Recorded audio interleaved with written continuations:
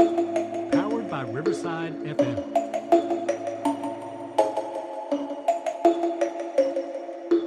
I'm Christy. And I'm Kathy. And this is The Psychic And the Skeptic.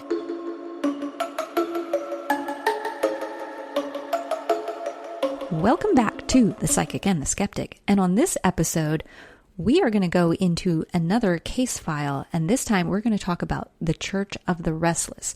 And these cases come from our OKPRI, or our Oklahoma Paranormal Research and Investigation group files for some of our favorite cases that we've investigated over the years. Right, Christy? That is right. And since it is October and spooky season. Right. We are going to stick with our themes. And this is one of our creepiest cases, just all around from... It's got a creepy vibe. From the origins of where this house comes from, into the history and some of the legend of what's happened with this particular location, and the activity itself, plus our best photo of a true apparition. Yes. And that comes from your skeptic and the frog. We have a special guest visitor today. We also folks. have a special guest with us. We are a little punchy today. It is 6 p.m. and we've had coffee, so watch out, y'all. Yes, and our little frog has joined us today. My daughter got that for me for my birthday. That's one of those little TikTok things. It's very addictive. It's like a fidget toy. Yeah. And it sounds very real. Our frog has joined us today, and we are coming to you from another location, hoping that our audio is much improved. I know some of our recordings recently have had a slight echo, so we've been working on our technical difficulties, trying to improve our audio for you. So yes, we do apologize. We hope we fix that for you. And I hope you didn't stop listening. But of course, if you're listening now, that means you didn't, right? Yeah, maybe you didn't catch it. But if you're one of our tried and true pair enthusiasts that love our podcast, hi, Jill, and are listening to us, you probably caught that. We have a huge echo in our... Which case was that? It was the Death Experience. The Death Experience episode has a huge echo in it. So which is being fixed, though. Right, yeah. Yeah, we're working on that. But yes, so we are coming to you from my house where we have frogs, apparently, in our pod lab that we're working out of, too. So anyways, so this case file episode is featuring a case coming out of western Oklahoma, kind of western, in Sentinel, west of definitely the metro, that's for sure. Kind of like I guess southwestern, but more south than... I'd say mid. South yeah, and mid western. A little bit south. Yeah. Yeah, so if you're from the area, you kind of know this one. This one's out in the middle of nowhere. Sorry, that was the ball. I did not hear that. Oh, I did. It sounded loud on the mic. I'm going to love editing this one. So Or leave it in. Oh, yeah, whatever. I'll listen to... Yeah. Blooper. But so this case file comes straight out of Sentinel, Oklahoma, which is pretty rural, although it's a decent-sized town for a rural town out of Oklahoma. But if you're from the New York City metro, this is really small. I mean, here in Oklahoma, we do have a lot of little towns. Yes. And some of those little towns have some funny names like Slap Out and, Burns Flat. And I think every state has some unique stuff, too. I'm sure. But Oklahoma's really got some. Having lived in a few states myself, there's some interesting ones. But this one is out of a western part of the state. So this is a case that our team had investigated more than once. The client has asked us to come back, especially after there seemed to have been an increase in activity. And it also was a case where we were contacted by a production company out in California to record an episode about this case. Yeah, it was My Ghost Story Caught on Camera. Right. Season 5, episode 2. Yeah. Episodes are still available online, especially if you have an Amazon Prime membership. Because you can find it on Prime Video. Prime Video, yep. And there are some other streaming platforms. So if you're interested in taking a look back at us from quite a while ago. Lord. Yeah. I don't even know if My Ghost Story still does episodes or not. It used to be, at the time, it was on A&E. Mm-hmm. Anyway, so you can go check that out and see some of the video. And we're going to feature some EVP clips on this episode of the podcast, so you don't have to go very far to get some more information on this case. Right. But also, when this episode releases, you can check out our Facebook and Instagram pages for Psychic and Skeptic. We'll show you the pictures that we're talking about. Right. All right. So guess what, folks? Guess what time it is? It is Para-history time. Did you say that loud enough, Kathy? I think so. Are you sure? All right. Why don't you go ahead and tell us about the history, Kathy? This location has some interesting history. It was originally a Baptist church built somewhere in the 1920s. Which is why we named it Church of the Restless. Exactly. This home was originally a Baptist church built in the 1920s. But what's super interesting is that it's not even in its original location. It was moved from another small town that's actually a ghost town now. It's not even an actual town, but it's called Retrop. Of course, that land is still there. It's just no longer a town. And that's spelled R-E-T-R-O-P. Correct. Yes. Yes, just some of those odd Oklahoma names, just the way they pronounce things. We have a lot of weird, and we also have a lot of Native American names here. This was, the Native American territory at one time. Right. We're going to get into some of that because there's stories about Native presence in this land too. But some locals in Retrop have also stated that the block where the church was located was an old Indian burial ground.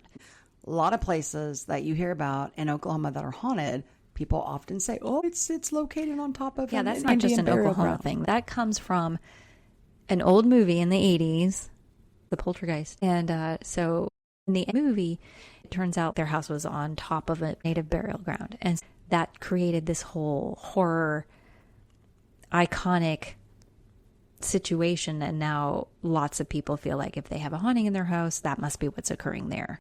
Right. And one of the things too that we often get asked is if our experiences as paranormal investigators is like what they see in Hollywood. And I say, absolutely not. No. Or any of the ghost hunting shows. Yes. But there are some locations where activity does happen pretty frequently. And this is one of those cases, like almost every little sound, every little bump. We'll get into some of the claims too, of course, but this is an active location, and maybe because of the history, which is also pretty rare. And we find over the years that a lot of the activity we come across really has more to do with the people that live there than the actual land. Mm-hmm. But to explain further about this legend about Indian burial grounds, I've done a lot of research as the historian for this team and in locations. We have clients that do have a genuine concern, and not making light of it when I bring up the movie. I'm not saying that their concern comes from their movie watching history. Some people just hear word of mouth that there were native tribes that lived nearby. There's native land and territory. But when it came to burial grounds, native cultures did not bury their dead near where they would hunt or where they would collect food, grow crops, or even gather water. Also, something that is unique about the native culture is that they did not bury their dead with headstones. That was actually a European tradition. And when the European started coming over, they enforced that on the natives. I'm not sure that that's what people are picturing either, because sometimes the term is Indian burial mound, which is more accurate. And we have some like of those. A small hill. I remember researching some when I was with the Florida team. We found a couple that are still in existence in a very urban area on the coast in Florida too.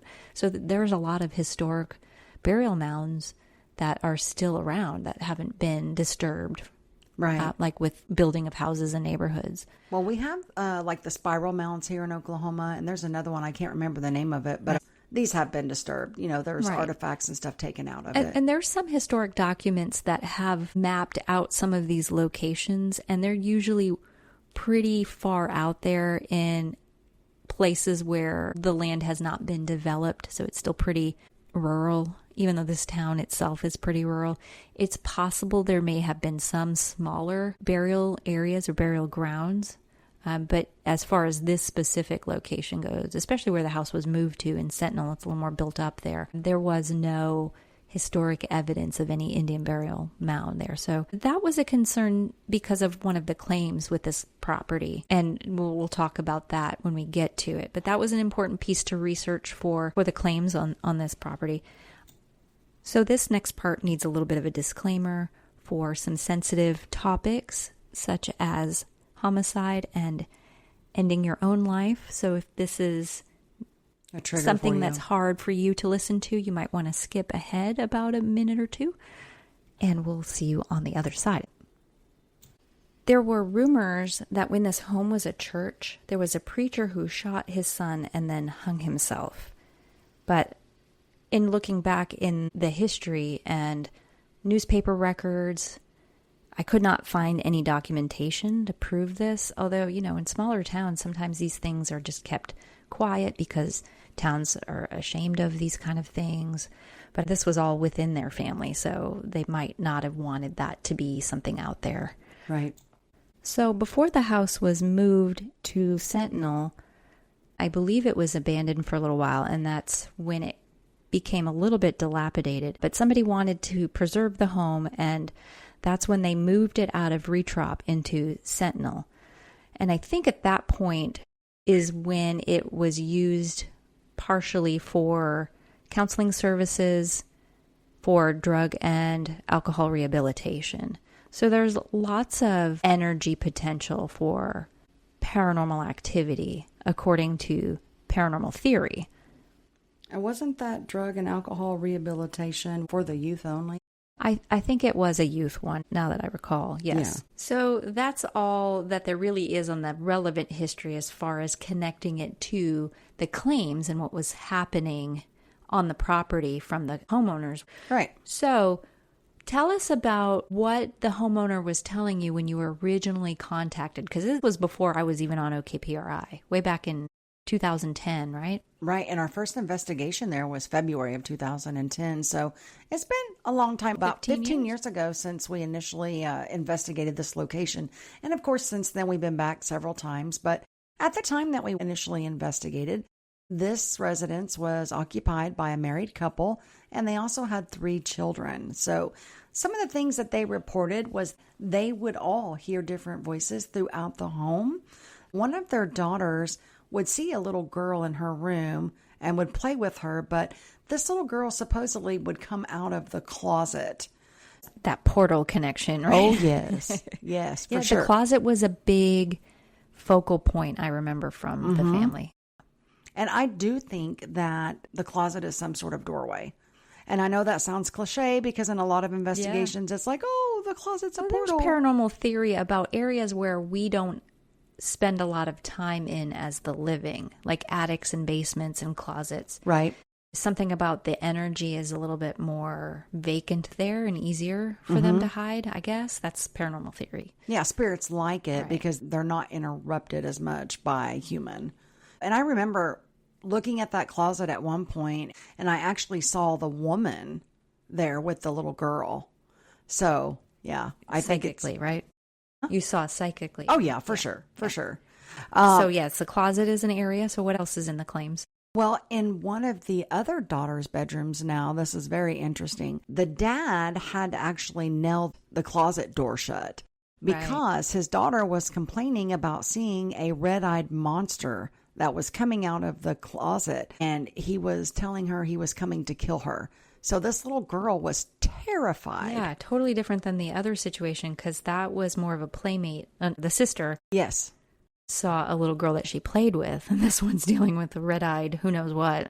Right? It ain't Cookie Monster coming out of the closet, that's for dang sure. Right. Well, and also there was other claims of hearing knocking in this closet. And I know we'll talk about that in just a bit, but we actually experienced that ourselves as a team, and we've got the knocking recorded.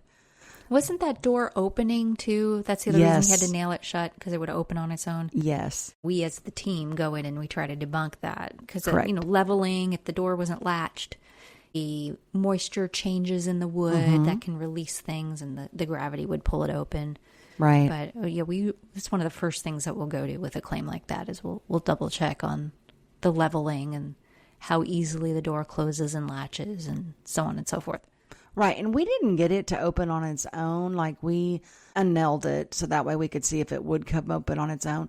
But I do know that we heard knocking several different times coming from the inside of the door. So that was a claim. Also, there's claims that there's tall black shadows that are seen walking throughout the house, especially the kitchen. Yes. I know I firsthand experienced seeing that. And that caught me off guard because I thought it was one of our team members. And when I looked, nope, it wasn't. It looked like the shape of a man to me. You know how sometimes women have a different, shape. Yeah. And the men have more of that manly more look. broad shoulder. Yes, exactly. And so it Taller. looked like a man to me. Also, this shadow figure is seen walking up and down the hallways. Another claim is that things get moved throughout the house. Also, the family feels like they are being watched and they're not alone. The children's toys often will go off on their own, even without batteries. A Bible has flown off the shelf in the kitchen on 3 separate occasions. I remember I was there. So this was our second investigation when the homeowner talked about this claim. Yeah, he showed us exactly the Bible and where it landed. Right, which was unique because if it was just like knocked off, it would land on the floor. But no, it had flown off that shelf. And that shelf was almost to the ceiling. That whole wall had shelving. Yes. All the way up. Yes. And the Bible just didn't land straight down on the floor. It was actually several feet. Right. Across. And I think when we were looking at that and how could we debunk that, it would have potentially have fallen to the counter, but there was a washer dryer across the way. And the thought was maybe it bounced off of that, but it ended up on the other side of the island in the middle of the kitchen. Right. And we tried to create it to, make it to fall, like recreate it. And we couldn't get it to land where the homeowner had said. Right. It would have had to have been some force behind it that blew it across the room. And that was a big book, too. It wasn't like your pocket Bible. Most homeowners are pretty concerned about claims, but that one really bothered him, I think. Yeah, for sure. Well, and I think one of the reasons why that bothered him, too, is because he's thinking, why are you targeting the Bible? Yeah. Makes you think negative. Yeah. Are you this negative evil force or what? Yeah. And so as you know, most people that have hauntings automatically assume that it's a demonic entity. So I think their mind automatically goes there. Sure. I mean, you're concerned. This is your home. This is your safe place. And right. So whereas it could have been like your grandma from a couple of generations ago saying you're not going to church enough. Here's your Bible. Right. Throw it at you. So maybe it was something more positive, but obviously you feel threatened when something like that happens. Yeah. It's normal. Well, also the back door in the kitchen. So the kitchen was a very active place, and this back door would actually open on its own. Right. And the owner sent us a video of that. Yes, he caught it on video. He actually set his cell phone up. And right. Because it kept happening. Yes. Right. So he was like, I'm going to get it on video. And he did. Yeah. So, and we will also share that video on our Facebook and Instagram pages once this episode posts. So if you want to see that. Yeah. When you get to it, something to note when you look at it is there's a glass storm door that was closed. So you'll see a little bit of a reflection when the door opens. It was not a breeze that had caused that door to open. So the door opens inward into the kitchen. And there's an exterior storm door that is closed. So also no one could be pushing it either because you can see that storm door. Yeah, and you can see that it's closed. Yeah. Yes. Footsteps are also heard throughout the house, especially in the hallway. And the homeowners described it as almost a pacing or a walking. That's a common claim in a lot of our cases. It is. And so, again, there's no confirmed deaths that we could find that occurred in this home. Yes, and given the legend of the pastor and his son, that would have been one of the deaths. And that was before the house was moved. But again, that's not confirmed anywhere in any kind of newspaper documentation, at least. Correct. And even if it did happen, like you said, small towns don't always publish things like that. So maybe it happened and it didn't get reported. I don't know. I know when I did pick up on the male presence there psychically, he didn't feel like he was a murderer or like even a preacher or a pastor of some sense. Oh, see, and a pastor would have made sense with the Bible being thrown too. Yes, and the fact that it was once a church. I mean, you can even still see the stained glass windows on the outside of the house. It could have been a sign from spirit to say, hey, I'm connected to this being a church. Here's a Bible. This was a church. It doesn't necessarily mean it was a demonic entity trying to float the Bible at you or something. Right. Or knock it off a shelf and ruin it, So could have this been? Maybe. A former preacher? Sure. And the fact that it was once a rehab and counseling center for the youth. A lot of those programs are religious based. Yeah. I mean, could that preacher have worked that? Mm-hmm. Or it could have been someone connected to that? Certainly. We just don't have recorded proof of that as far as like documentation in history. Right. So lots of claims, visual, auditory, objects moving, doors opening, footsteps heard, all kinds of things. So not just a child's imaginary friend, because the whole family is experiencing this. Yes. So the team decides this is a case worth investigating, especially with children involved. We usually give higher priority. When there's children who are scared, feeling threatened, anybody in the family feels threatened, we make this a pretty quick priority, try to get out there as soon as possible. Oh, yeah. So the team went out in 2010, and we also went again later when I was part of the team. So some of the evidence that we have may come from our earlier investigation or a later one where I was involved. And we'll just talk about each little piece as we go. But we have several audio clips to share with you. And of course, we mentioned earlier, any video and photos we'll go ahead and put up on our social media pages. Yeah, this investigation was cool because it did produce evidence in 3 of the major areas, which is the photos and the videos and the EVPs. So even on our audio files, some of the audio that we captured was audible at the time. And then there's other clips of audio we didn't hear. Right. So that would be under the category of electronic voice phenomenon, which is something that we didn't hear at the time of the investigation, but in reviewing our audio, we were able to hear voices. So one of the first experiences that we had there was in the living room. And what's unique about this is not only is this a client claim, but our team also got this recorded on audio. So the homeowner had told us that they often hear drumming, and they kind of described it as like a tribal drumming, like a Native American drum. And we were like, okay. Well, it wasn't until we were there for just a little bit that we heard the same thing. Our audio recorder also captured this drumming.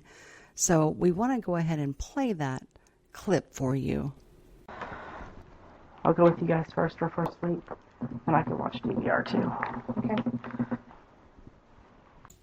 So right there in the beginning of the clip, you can hear, the investigator talking, and then you hear what sounds kind of like boom, boom, boom, boom, boom. Yeah, the drumming comes in, and then you really hear it more towards the end. Yes. But to me, having a music background, it sounds like a snare drum to me. It doesn't sound like the Native American type drum.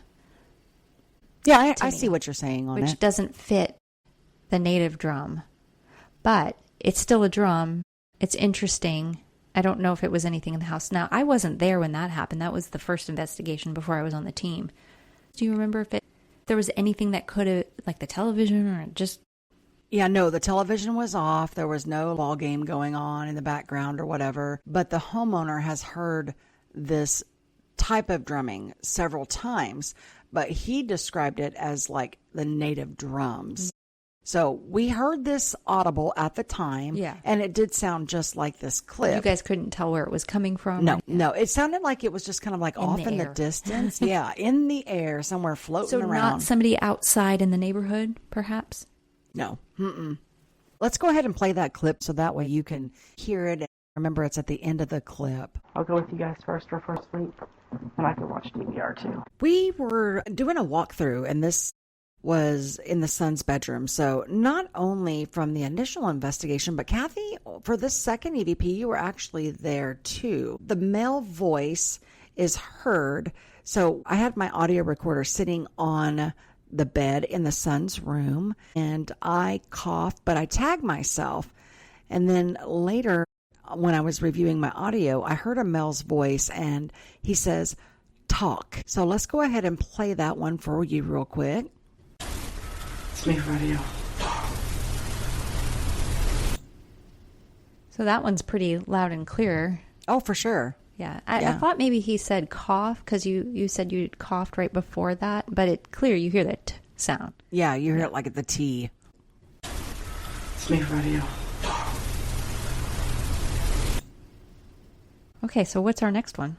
Well, this is still in the son's bedroom, but this is a different investigation. But I had heard like this whisper sound or this hey with my physical ears, because I know you're going to ask, did you hear it psychically? Or you also heard this one. It makes a difference too, though. Oh, it does. Yeah. I called out. I'm like, hey, did y'all hear this? And or did y'all make a sound or say this? And you come in and you say something like I did, like a sound or something. Yeah, because sometimes we have to tag our audio. Yeah. Or you thought you heard something, and I was just making sure. Are you sure it wasn't me making this noise? And I realized that, yeah, I think I heard whispering as well. So, right. Yeah, let's go ahead and play that one. Okay. Like, just from where I'm sitting. Did you just say, hey, someone? I'm sorry, I did a little bit. No. But I heard like a whisper in there. Yeah, it sounded like, hey. Yeah, so you can hear that little noise I made in the very beginning of the clip that I tried tagging, thinking maybe that's what you heard. But then later you clearly hear, it sounds male. Do you think it's male? Yeah. That's what I thought. Yeah. So let me play that one again, just so you can listen a little bit closer, because it is a little more faint than the others. Like, just from where I'm sitting. Okay, so I just stopped it there just to give you the context initially, but you can really hear that male hey in there real briefly. Okay, so what else? Well, next we're going to move on to the youngest daughter's room. This is one of the main active hotspots, I guess you could say. This is also where the homeowner captured the photograph of the apparition of the little girl. Yes, so you need to go to our Instagram page to see that one. Or our Facebook page, yeah. Kind of takes me back to some horror movie. Reminds me of The Girl in the Ring a little bit. Maybe a little younger with pigtails, perhaps. But yes, you got to see it. And what you're looking at in the apparition photo of this little girl is the backside of her. Right. Yeah, and it almost looks like her hair is put up in like the little Princess Leia Leia buns. buns. Put in pigtails on the side, and then the rest of it's long in the back. Yeah. And it looks like she's in some sort of like white nightgown or something. It's so creepy. Yes. It's a classic haunted ghost photo. Right. And you know me with photography. This is one I cannot explain. You can see the carpet right through her, and the rest of the photograph is pretty clear and in focus. So it's in the foreground, which is where you would have the focus. So you need a special kind of camera to have the foreground out of focus, but the background in focus. Right. And I'm sorry, can you say that again, Mrs. Skeptic? I know. This is about the one photo. I think it is the one that we have in our collection that is seemingly legit. It's one of those I cannot explain photos. Woohoo! You heard it, folks. This is why this is one of our favorite cases. Of course, we will not take credit for that photo. The homeowner took that photo. That is correct. Yes, and he has another photo, probably of the same apparition in the kitchen. And we'll post that one as well. It looks like the back of her head again. A child's head. The hair looks a little blondish or dirty blonde in this photo. You almost have color from it. She's more solid. But it's just the top of her head. So a little Where's Waldo for you. See if you can find where our apparition is in this photo. Right. So the third photo from the homeowner brings us back into the little girl's room. Right. And he captured this picture standing from the hallway, looking through the doorway into the bedroom. And in her room, you can see her daybed. It almost looks like a footboard in there, but that's a little daybed. I think he might have been taking pictures of the carpeting or the paint because they had just done some work in there. Yes. But it captured a mist in the photo. Now, I had a hard time with this one, of course, because it's photography. And I still kind of am unsure. There's one bit of detail in this photo that makes me scratch my head. That I pointed out to you, by the way. Yes, You're you did. welcome. You did catch that one. So there's a lamp, a floor lamp at the foot of the bed, or the side of the bed because it's a day bed. And up against the wall is this floor lamp, and it's on. So you can see, it's not a high quality photo because it's not really in focus, but you can see how the light is shining on the wall. But as you look downward below the lamp, there's an end table nearby, and of course there's the bed right there and the bed railing. This mist overlaps the railing. Originally I was thinking this is the glare of the light on the wall that we're seeing and the texturizing that was done in the paint on the wall. So that was my first thought in looking at the photo, is this is just the light on the wall that we're seeing. But there seems to be a mist that covers over the railing. Right. Not only the railing, but also it has like a railing like goes up against the wall. Yeah. And also you could see the lamp stand itself through mist. And it goes down into the child's wooden table that's there and kind of spreads outward a little bit. Now, I know you're going to think I'm crazy, Kathy, but honestly, when I look at this mist, I see someone sitting there like their butt would be on the table, and you can see the back arch of their back, and then it's almost like their head is looking down, their arms in their lap, and their legs draped down from the table. So that is pareidolia. Doesn't mean the mist isn't there, Hey, but making a shape out of it is what your brain's naturally going to do. Of course, Yeah. but how do you know I'm not seeing that with my psychic eyes there, Missy? Well, you didn't say that. You said what I'm seeing. Yeah, it could be pareidolia. I mean, who knows? But look, folks, when you go to Facebook or our Instagram page and you take a look at this, tell me if you still see the same thing that I am seeing. In fact, we would love to hear some feedback. Tell us what you think in general about that picture. No, the only thing that really gets me there is I don't recall the homeowner saying that he saw that mist with his own eyes. He was taking pictures of the paint on the wall because they did the color in a room. And I remember him telling us that. But he happened to see the mist in the photo. Yes. So I'm like, why did he not see that with his eyes? I don't know, unless there's some kind of photographic anomaly that the light kind of reflected in a certain way, but that's really a stretch. And maybe he thought as he took it quickly, yeah, with it could have dissipated just as quick as the photo. Well, that, or maybe he thought it was just the light. Yeah. And it wasn't until he went back and analyzed it that he's like, oh, wait a second. Well, that's the other thing. We weren't there to control the environment. And that's one of the things we try to recreate to try to corroborate the claim, not disprove and tell our clients they're nuts or anything like that. We're trying to help them and say, hey, yeah, we just can't figure this out, or the same thing happened to us. Yeah. We look for repetition in these anomalies because it heightens the evidence towards the paranormal if we can experience it as well. So it's hard to say for sure what really happened, how quickly this happened. Was there really a mist there, or was it some kind of photographic anomaly in the image? But in that room, more things happened. For sure. So we do an experiment we call audio baiting. And that's when we want to play some kind of audio in a room by itself. So we'll set up a laptop or one of our cell phones. We do this often. We'll play music, or we'll play something that we feel is going to resonate well with the spirit that's there. Or the environment, yeah. Right. So knowing there was a potential child spirit present, we had one of our investigators record their child asking EVP type questions. Yeah. So hoping that maybe this child spirit would be more comfortable answering from another child. Yeah. I think we had questions like, hey, when's your birthday? Yeah, what what's is your your name? name? Just different things. Yeah, child things that they would be interested in. What's your Right. favorite color? Or things like that. And so it was just a few minutes of audio, giving plenty of pause in between each question to give spirit enough time to try to respond. Mm-hmm. And we played these questions over and over in a loop for a pretty good period of time. I don't remember exactly how long it was. So I think the initial session was like 10 or 15 minutes. Yeah, we did let this one go for a while to give it time to build energy. Right. And this one's an interesting story because this is a personal experience as well as an EVP catch. So starting with the EVP, in reviewing my audio, because I set up my recorder, Christy, you had your laptop playing the audio in there. Correct. And I listened to this loop go over and over for like at least 5 or 10 minutes, and there's nothing in between.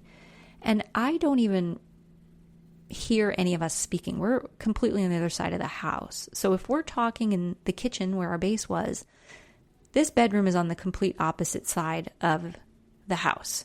Right. So we would have had to been really loud for it to pick up on my recorder.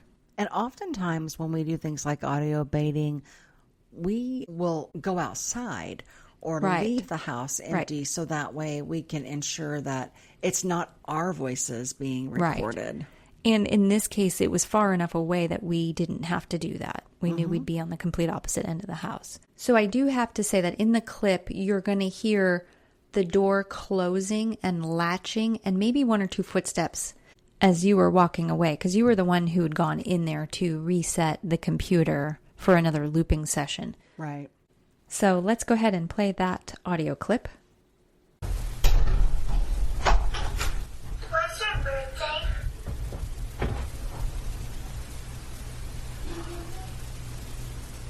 So we think we may know what this little girl's voice says, but we don't want to say it here on the podcast because we would like you all to listen to that and write into us and let us know at psychicandskeptic, all one word, at gmail.com. So psychicandskeptic@gmail.com. Yes, you got to settle the debate for us, because for the longest time we thought it said one thing.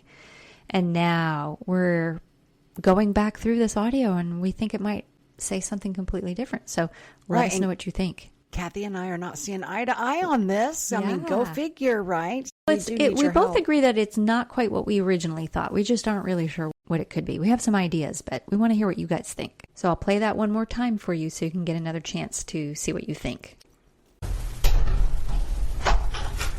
What's your birthday?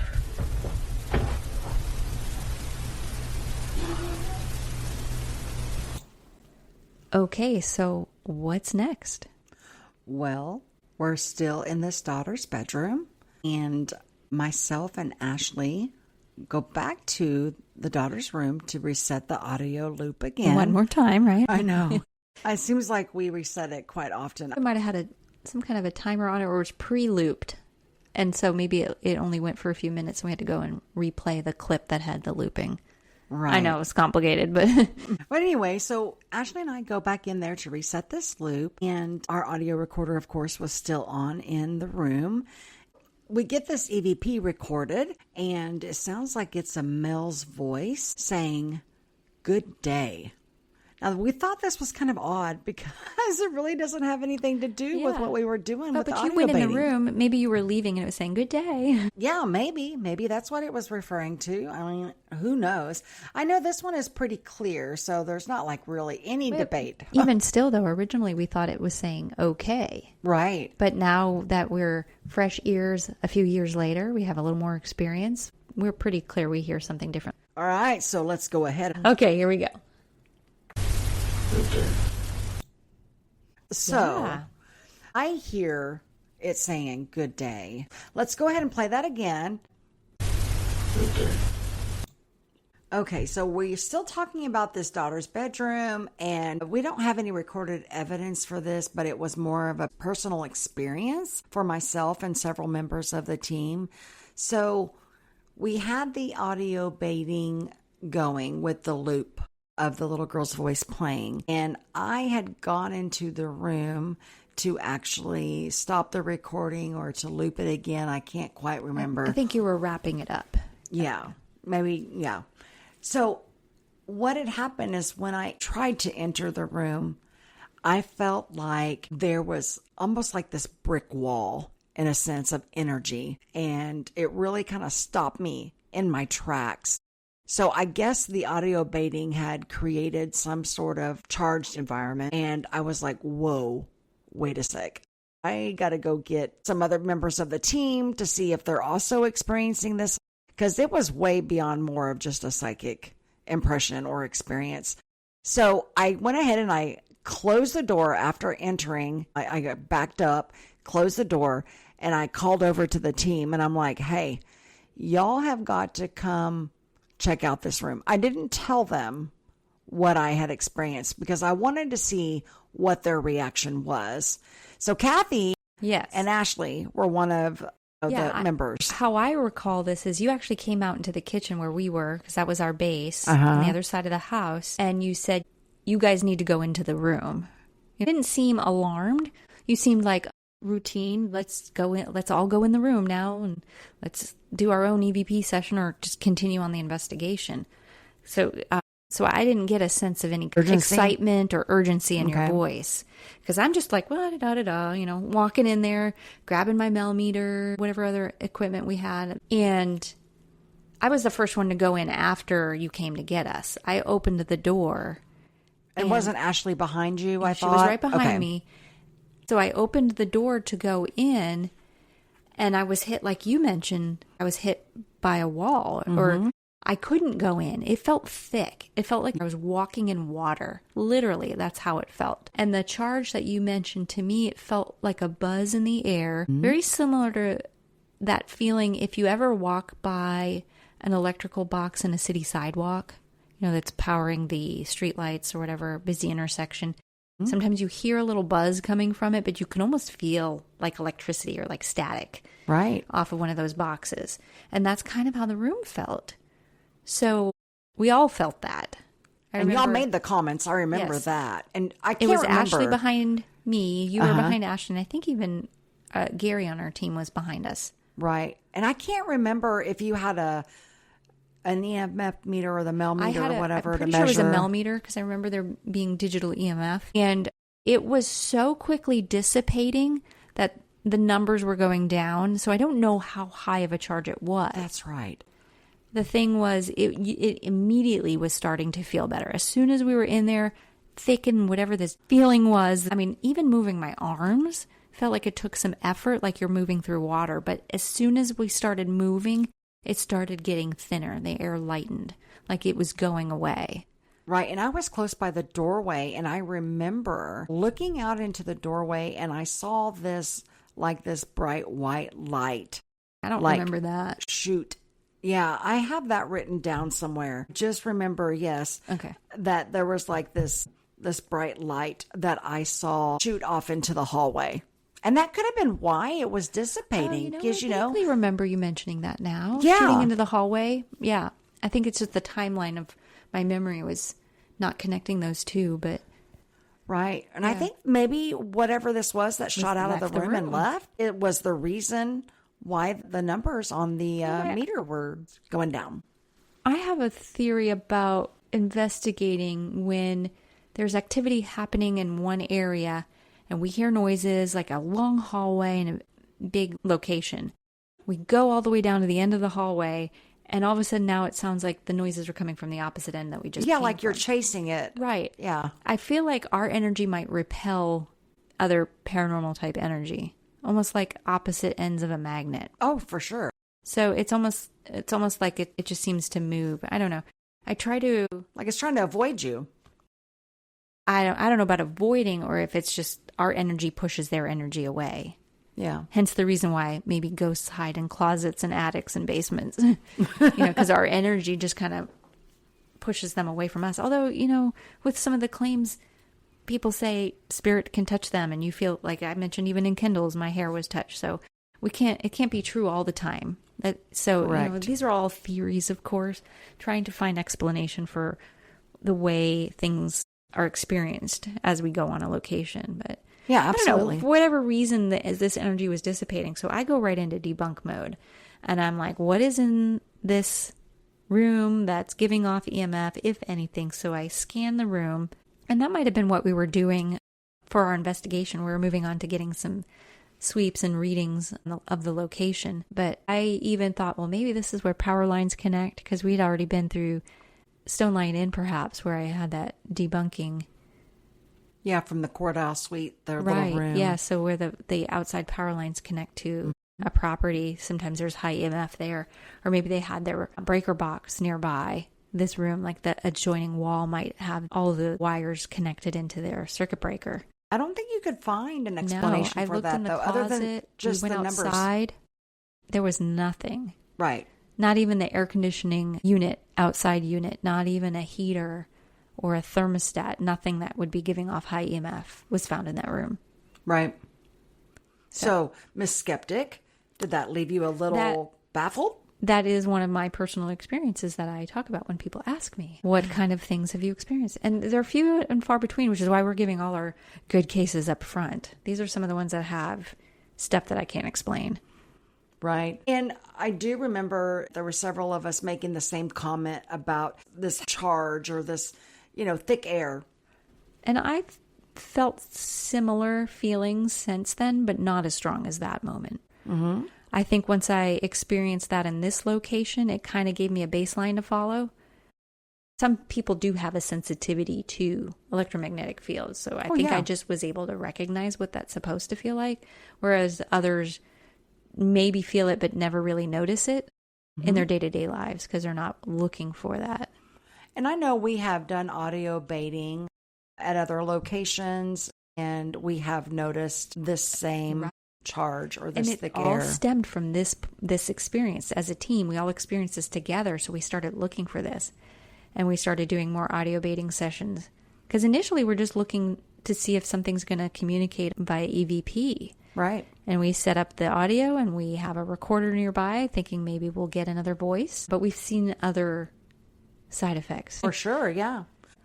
Let's go ahead and move on now into the other daughter's room. Right. Into the one where the closet had to be Yes. nailed shut because it was coming open, and the daughter was reporting seeing this red-eyed monster coming out of the closet saying that he was going to kill her. Right. So we did have some experiences in this room. In fact, earlier in the podcast, we were even talking about the knocking coming from the closet and how we got that recorded. Right. So we do have an audio clip from that. Let's go ahead and play that knocking. Now, we had 3 different clips, but this one clip in particular is a little more clear. So we're going to go ahead and just play that one. If I depress the... What was that? That was a knock on the door. Yeah, that was popping. So you clearly hear the knock on that one. Right, the one single knock for sure. Yeah. Okay, another unique experience that we had in the same room was a disembodied voice of a woman saying, sorry. And what's unique about this and what makes it a disembodied voice is we actually heard that while we were in this room. And you will hear me call that out in the clip. Now, an EVP, you don't hear with your physical ears while you're there. That's just something you pick up on your recorder. So let's go ahead and play this one.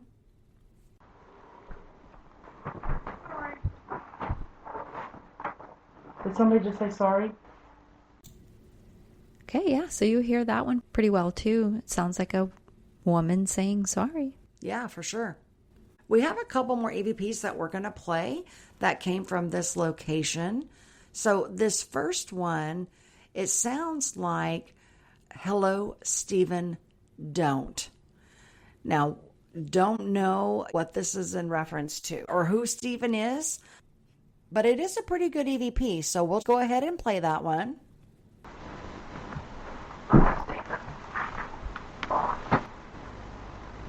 So we have one more EVP that we're going to play for you. And this one is the classic Get Out EVP. Right. We The hear one that. everybody dreads hearing. Yes, but we do hear this one quite frequently at some locations. So let's go ahead and play that one. This has an attic to it because You can hear that one. It is like a Class C EVP. It's that whisper, but Yeah. you can hear the male's voice say, get out. As far as the evidence goes, that's all we're going to share in this episode. But for more details, you can visit our website under Church of the Restless. So wrapping this up, we felt like there were at least 3 spirits in the home. And I'm just going to give you my psychic impression of who they were. So the male, he seemed like he was a bit aggressive at times, kind of a prankster. He haunts the home for his own personal reasons. He didn't feel like he had any of the qualities of a once former pastor or preacher, and he sure didn't feel like he was of the murderous nature. Something that did spark my curiosity, though, is I wonder if he was the same spirit who was coming out of the one daughter's closet as the monster with red eyes. Just messing with her. Yeah, to mess with her, because he did seem like he was the prankster type. Now, he wouldn't reveal a whole lot of information about himself other than just letting us know that he was there, and he was aware, very much aware of what we were doing in the home. He seemed to find that interacting with us was amusing to him, especially when we would walk out of a room and then we would hear knocking, like taunting us to come back into the room. So Dog and pony tricks, right? pretty much, yes. Making us do some work. Yeah, like, aha, here I am. Can you catch me? Yes, Sort of thing, yeah. you know? Now, we did feel like there was a female in the home, too, a female spirit. She felt a little more passive. She was the one that said sorry that, that we got recorded. I don't really know why she was there or how she got there, but she did seem like she could be connected to the child in some way. She did come off as maybe she was a bit afraid of the male spirit that was there. So that's why maybe she was a little more passive toward him. And then, of course, there was that female child. She's very friendly. She enjoys being there, likes to play with the children that are in the home. I don't really know of her origins other than I know she's there. I know she's connected to the woman somehow. This little girl seemed like she was the age of 5 or 6. I felt like when she did die, her physical death, it was due to some sort of illness that had a fever connected with it. Now, she does like playing with the children of the home, like I previously mentioned, but she is somewhat stubborn about getting her own way, and she does tend to act out when she doesn't get what she wants. So all 3 of these ghosts didn't feel connected to the locations past. So I don't know if they came in through a portal or a doorway, possibly in this daughter's closet, like we had mentioned. Now, the homeowner, we did get his thoughts on the haunting. He made it very clear to us he didn't have a problem with the spirits being there in his home, and he didn't wish for them to leave as long as they just didn't scare his children. Right. Yeah, he was a good dad, too. His kids, like most dads, were everything to him. And I think I recall him telling us that he was a skeptic before his personal experiences. Yeah, I do remember that as well. Very much so. And became a believer based on this. Most of the time, a little kid talks about a little girl in their closet, you're thinking she's got an imaginary friend. Yeah, and I think that's what this homeowner thought at first. I think it started out that way and then developed into more after he started experiencing things, hearing the drums, seeing the shadows, the doors opening. Yeah, and getting the picture of the little girl, the apparition picture. Right. And then the top of a child's head in the kitchen photograph. Almost like a photobomb, because I think he was not taking a picture of something that... It wasn't intentional. He was taking a picture of the new carpet that he had just laid into the home. And then something about the kitchen, too. When he got the picture in the kitchen, he was... Right. I think they had painted, done some some renovation. Mm-hmm. Yeah. He was just taking random pictures. Which usually is something that, for me, as the skeptic, if you didn't see it with your own eyes, it wasn't there. Or else why would you be taking the photo?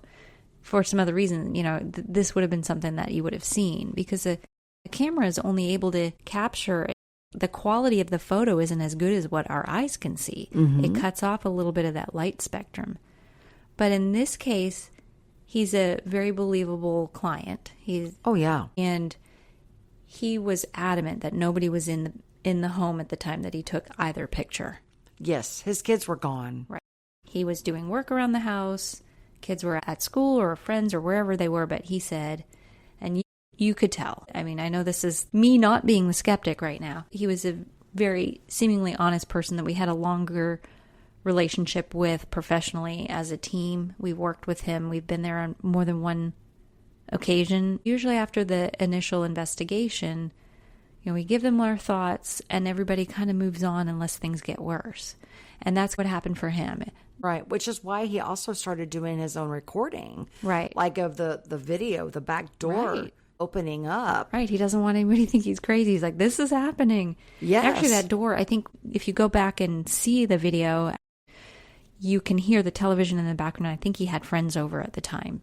His brother was over, yes. if I remember correctly. Right. Yes, that's what he said. His brother was over. Yeah.